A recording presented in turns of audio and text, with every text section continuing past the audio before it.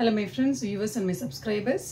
என்னோட வீடியோ என்னன்னு பாத்தீங்க அப்படினா ஏதாவது ஒரு சில விஷயத்தை செய்யறதுக்கு மறந்துட்டு இருப்போம் இல்ல சொல்றதுக்கு மறந்துட்டு இருப்போம் இல்ல ரிமைண்ட் பண்றதுக்கு மறந்துட்டு இருப்போம்.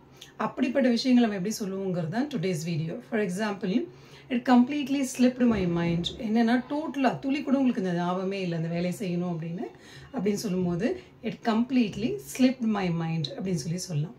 Next, I blanked on it. சுத்தமா எனக்கு அது நான் யோசிச்சு பார்க்கறேன் என்னன்னு எனக்கு ஞாபகமே வரல அப்படினு சொல்லுவோம் இல்லையா, அதுதான் I blanked on it அப்படினு சொல்லி நமக்கு தெரியும் அது ஏதோ ஒரு கான்செப்ட்ல இருக்கோம்னா அப்படியே மைண்ட்ல நின்று வரவே வராது.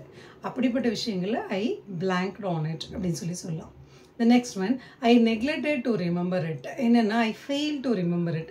அது ஞாபகமே இல்லை, ஞாபகம் யோசிக்கணும் கூட எனக்கு தோணவே இல்லை, சுத்தமாக நான் அதை மறந்துட்டேன் அப்படின்னு சொல்கிறது தான் I neglected to remember it. Next one, I let it slip my memory. நான் பரவாயில்ல அது ஞாபகம் வச்சு என்ன பிரயோஜனம் அப்படின்னு நான் அதை விட்டுட்டேன் அப்படின்னு சொல்லி ஞாபகமே வச்சில்லப்பா அது என் மைண்ட்லேயே இல்லை, நான் சுத்தமாக அதை மறந்துட்டேன் அப்படின்னு சொல்லுவோம்ல.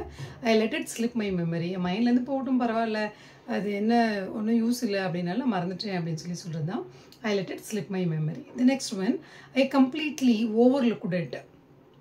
Overlooked அப்படின்னா நீங்கள் ஜாஸ்தியாக பார்த்துக்கிட்டீங்க அப்படின்லாம் நான் மீன் பண்ணாதீங்க. It is entirely different from the normal word.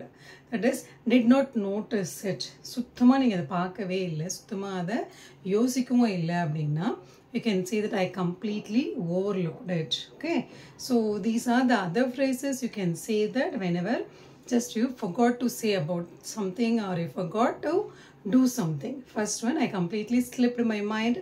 It completely slipped my mind. I blanked on it. I neglected to remember it. I let it slip my memory. I completely overlooked it. So you can use these phrases in your spoken English or in your conversation whenever it is needed. Thank you so much for watching my video, and I catch you in the next video. Until that, signing off, Dr. L. Komathi. Thank you.